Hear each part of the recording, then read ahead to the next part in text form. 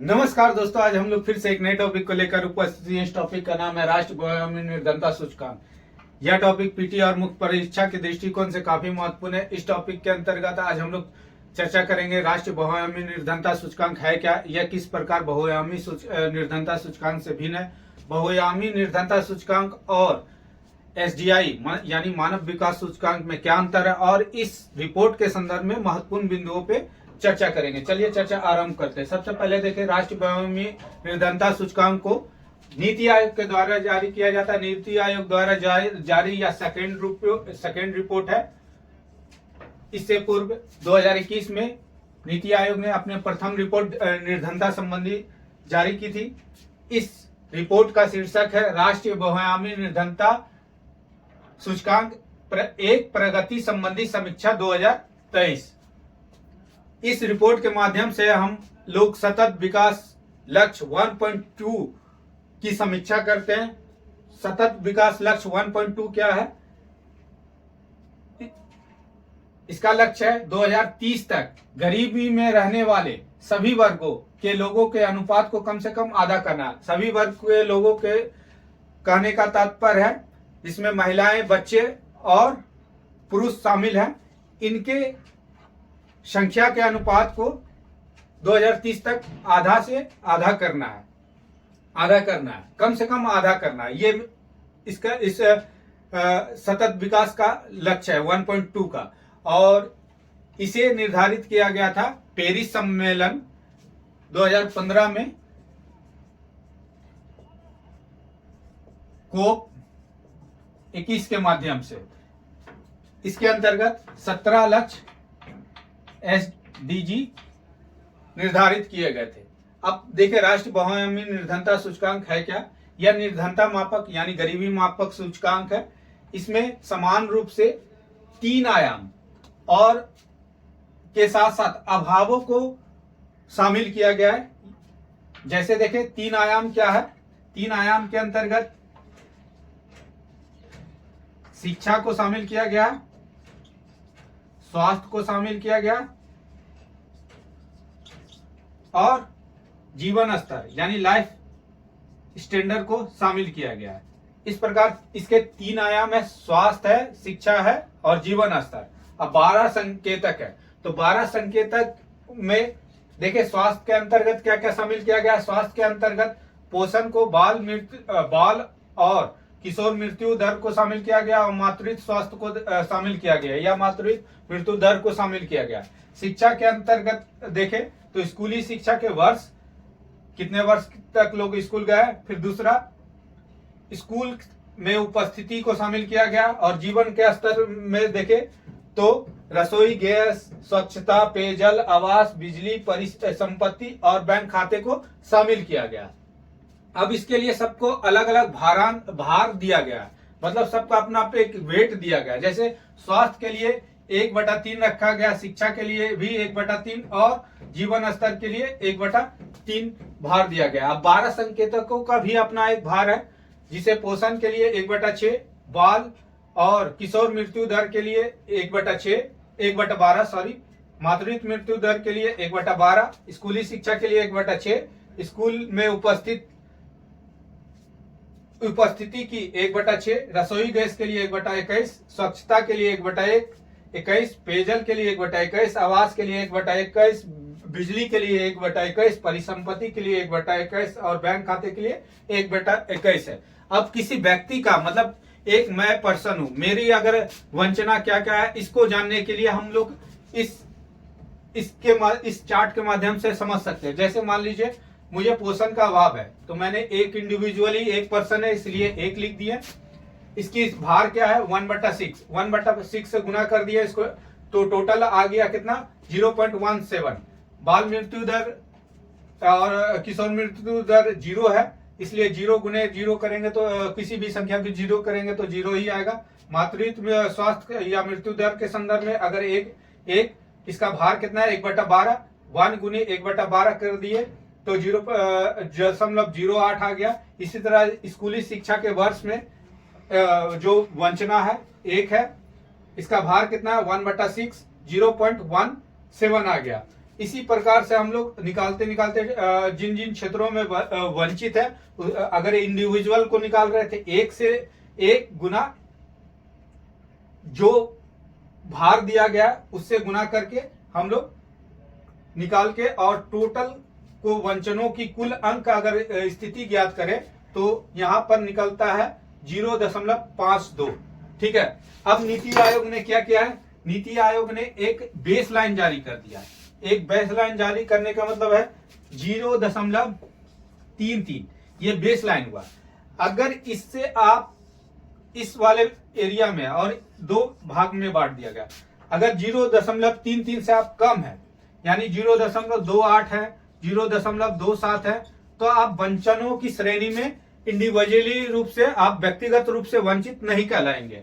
अगर 0.33 से एभव है, मतलब अधिक है, जैसे ये एक व्यक्ति का निकाला गया तो कितना आया, 0.52, तो 0.52 आया, तो यह दर्शाता है कि व्यक्ति वास्तविक रूप से वंचना का शिकार है और इसे सहायतार्थ की जरूरत है। इसी प्रकार से हम लोग बहुआयामी निर्धनता, राष्ट्रीय बहुआयामी निर्धनता सूचकांक को ज्ञात करते हैं। राष्ट्रीय बहुआयामी निर्धनता सूचकांक के 2 उप सूचकांक है। पहला है हेड काउंट अनुपात, दूसरा है निर्धनता की तीव्रता। हेड काउंट से हम लोग पता चलता है कि देश में कितने लोग जो है गरीब है। ठीक है। उसके बाद इसे जो H = D/N Q/N से डिनोट करते हैं, Q/N से, यानी पहचाने गए गरीबों की संख्या को कुल जनसंख्या से भाग देते हैं तो हम लोग गरीबों की संख्या को निकाल लेते हैं। इसी प्रकार निर्धनता की तीव्रता, मतलब कितने सघन है या कितना विरल है, इंटेंसिटी क्या है बढ़ने का। ठीक है। तो इसे गरीबी, कितने गरीब है, गरीबों में भी कितने लोग बहुत व्यापक गरीबी का शिकार है, इससे हम लोग को पता चलता है। अभावों की औसत संख्या को निर्धनों की संख्या से अगर भागा दे दे तो यह हमें पता चलता है, और जब H × A कर दे तो हम लोग राष्ट्रीय बहुआयामी गरीबी का पता चल जाता है। राष्ट्रीय बहुआयामी निर्धनता सूचकांक और बहुआयामी निर्धनता सूचकांक में अंतर देखें तो राष्ट्रीय बहुआयामी निर्धनता सूचकांक में 12 संकेतों का प्रयोग किया गया है, जबकि इसमें 10 संकेतों का प्रयोग किया गया है। मातृत्व मृत्यु दर और बैंक खाते को राष्ट्रीय बहुआयामी गरीबी सूचकांक में शामिल किया गया, जबकि MPI में इसे शामिल नहीं किया गया। अब देखें MPI यानी बहुआयामी निर्धनता सूचकांक और SDI यानी मानव विकास सूचकांक में क्या अंतर है। तो दोनों में अंतर देखें तो ये व्यक्तियों के लिए, मतलब इंडिविजुअली के अभावों अवंचना के के लिए 3 आयामों का प्रयोग करती है, स्वास्थ्य, शिक्षा और जीवन स्तर। और ये देश की उपलब्धियों के लिए 3 आयामों की का प्रयोग करती है, जीवन प्रत्याशा, शिक्षा और प्रति व्यक्ति आय। अब MPI और SDI के अन्य अंतर देखें तो इसमें 10 संकेतों का प्रयोग किया जाता है और इसमें केवल 3 संकेतों का प्रयोग किया गया है। 10 संकेतक के अंतर्गत देखें 3 आयाम तो पहले ही देख चुके हैं, पोषण, शिक्षा और जीवन स्तर। और 10 संकेतक देखें तो पोषण, बाल मृत्यु, स्कूली शिक्षा के वर्ष, विद्यालय की उपस्थिति, खाना पकाने का तेल, स्वच्छता, बिजली, पेयजल, आवास, संपत्ति। इसके अलावा MPI और SDI में क्या अंतर है, तो मापन का तरीका। MPI में 0 से 1 मापन के लिए लेते हैं, लेकिन 0 का अर्थ है गरीबी नहीं, एकदम कोई गरीब नहीं है, और 1 का अर्थ है उच्च गरीबी, मतलब 1 स्कोर जितना 1 के आप करीब चलते चले जाएंगे, जैसे 0.52, 0.53 आप गरीबी की ओर बढ़ते चले जा रहे हैं। उसी और SDI में देखें तो मानव विकास सूचकांक में जस्ट अपोजिट है। 0 का मतलब है निम्न विकास, आपका कोई विकास नहीं हुआ, और जैसे जैसे आप 1 की ओर बढ़ेंगे तो आपकी विकास जो है, स्किल जो है, गुणवत्ता है वो बढ़ते चले जाएगी। यानी एक अगर पहुंच गए तो उच्च विकास की स्तर को आप प्राप्त कर लिए। इसे जारी एमपीआई को यूनाइटेड नेशन डेवलपमेंट प्रोग्राम और ओपीएचआई के द्वारा जारी किया जाता है, जबकि एसडीआई को केवल यूएनडीपी के द्वारा जारी किया जाता है। रिपोर्ट के संदर्भ में प्रमुख बिंदुओं को देखें तो नेशनल फैमिली हेल्थ सर्वे 4 2015-16 और नेशनल फैमिली हेल्थ सर्वे 5 2019-21 का प्रयोग किया गया। इसके अनुसार इस दौरान 13.5 करोड़ लोग जो है बहुआयामी गरीबी से बाहर आए। यानी 2015-16 से लेके 2019-21 के बीच कुल 13.5 करोड़ लोग बहुआयामी गरीबी से बाहर आए। अब एक कलेक्शन देखें। भारत में बहुआयामी निर्धनों की अनुपात जो थी 2015-16 में 24.85 थी, वह अब घटकर 14.96 हो गया। काफी महत्वपूर्ण।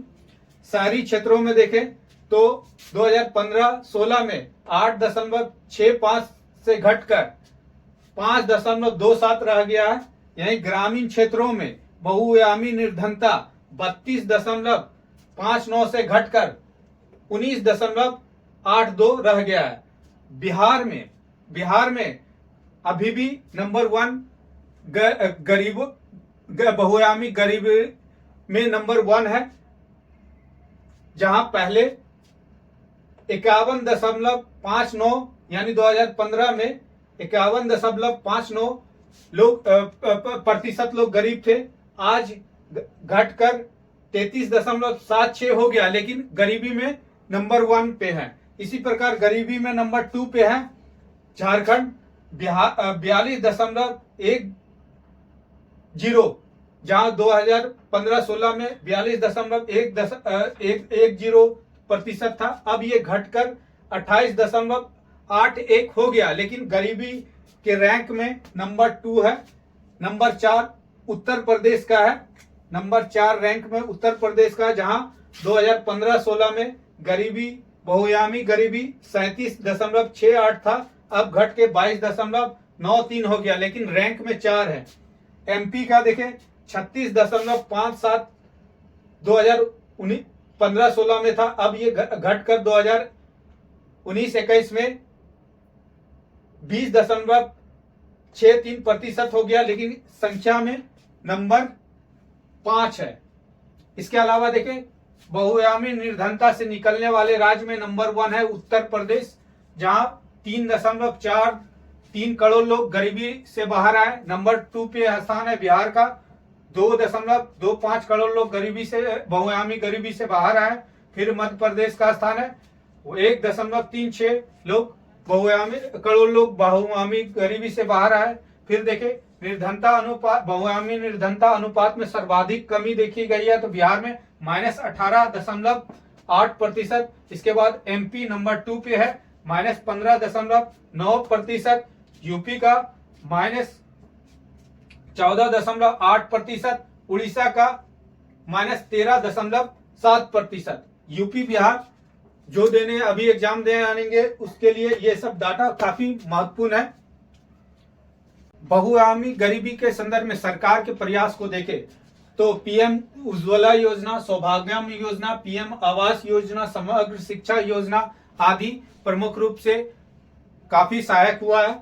इसके बाद भारत में गरीबी पर विभिन्न समितियां जो बनी है उसके संदर्भ में देखें तो योजना आयोग कार्य समूह का गठन वर्ष 1962 में किया गया था। वीएम दांडेकर एन रथ समिति का गठन 1971 में किया गया था। अलग समिति का गठन 1979 यानी 1979 में किया गया था। लकड़वाड़ा समिति का गठन 1993 में किया गया था। तेंदुलकर समिति का गठन 2009 में किया गया था और रंगराजन समिति का गठन 2014 यानी 2014 में किया गया था। इस प्रकार आज हम लोग समग्र रूप से राष्ट्रीय बहुआयामी निर्धनता सूचकांक के संदर्भ में चर्चा की है। आने वाले वीडियो के साथ में एक नए टॉपिक के साथ फिर से उपस्थित होंगे। तब तक के लिए धन्यवाद।